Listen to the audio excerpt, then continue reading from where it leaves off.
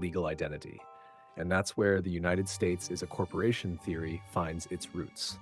Because if the seat of federal power becomes a municipal corporation and all federal agencies operate under that umbrella, and your birth certificate, driver's license, and social security number all tie you to that system, then the argument is, are you a citizen of the country or a subject of the corporation?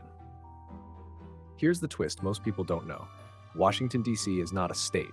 It's not governed like the rest of the country. It has no voting senators.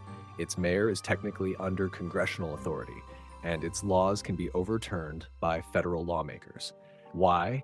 Because it's under exclusive jurisdiction of Congress, according to the Constitution. This makes D.C. a legal island, a place where different rules apply, and that's what opens the door to all kinds of legal rabbit holes. For example, some researchers argue that all federal laws technically apply only within D.C. or U.S. territories, unless explicitly stated otherwise. Sound wild? It gets weirder. You ever wonder why courtrooms have gold-fringed flags? Why judges wear robes like ship captains?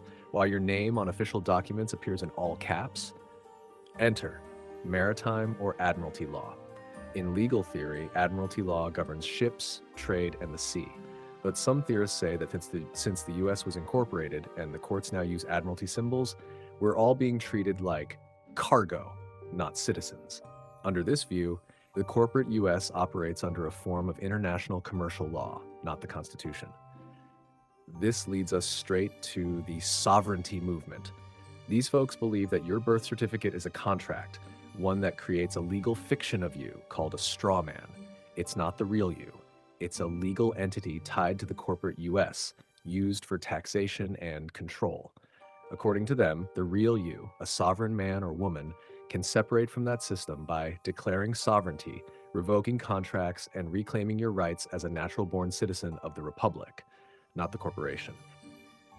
True, the District of Columbia was incorporated in 1871. True, the federal government operates from within that corporate structure. True, legal documents often refer to individuals in all caps, which has sparked tons of theories. It's true that America has become deeply corporatized. It's true that your legal identity is tied to systems you didn't create or consciously opt into. And it's true that DC operates under laws and rules that most people don't understand.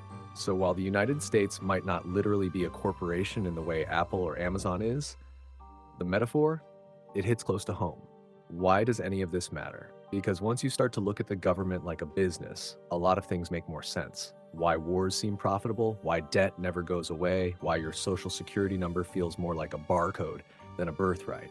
It's not just about the Act of 1871, it's about the system that grew after it. A system where your identity, your rights, and your money flow through a corporate-style structure with shareholders, politicians, CEOs, and customers, us. Whether you believe in the corporate theory or not, one thing is undeniable.